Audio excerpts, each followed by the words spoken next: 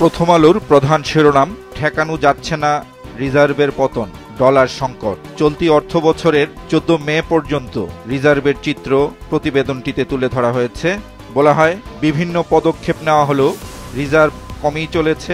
বাংলাদেশ ব্যাংকের হিসাবে মোট রিজার্ভ 2,377 কোটি ডলার।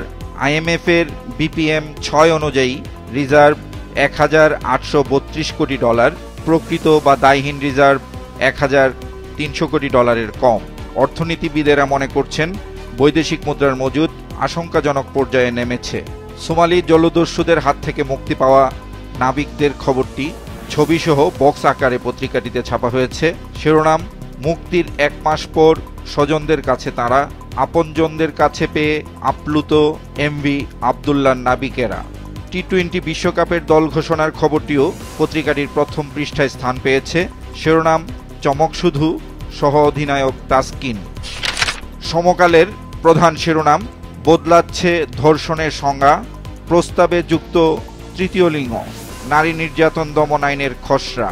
বিশেষ এই প্রতিবেদনটিতে বলা হয়, নতুন আইনের পাশাপাশি ন্যায় বিচার নিশ্চিত করার সাপোর্ট সার্ভিসগুলো আরও কার্যকর করতে হবে। পত্রিকাটির দ্বিতীয় প্রধান শিরোনাম, কর ছাড় কমাতে সম্মতি দিয়েছেন প্রধানমন্ত্রী, NBR এর সঙ্গে বৈঠক।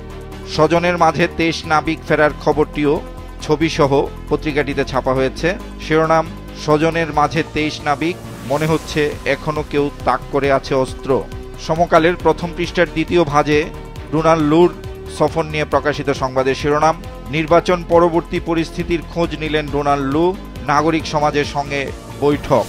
যুগান্তরের প্রধান শিরোনাম, 23 নাবিক নিয়ে ফিরল MV আবদুল্লাহ, আনন্দের ঢেউ কর্ণফুলীতে।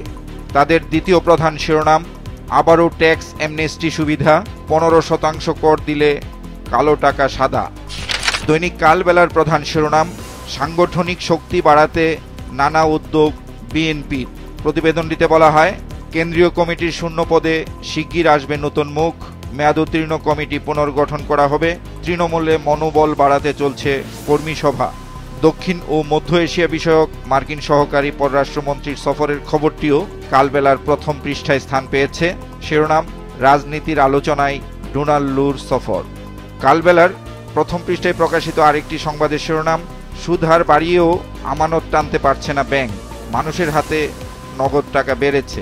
প্রতিবেদনটিতে বলা হয়, একীভূতকরণ সহ নানা অস্থিরতায় ব্যাংকের প্রতি আস্থাহীনতা বাড়ছে।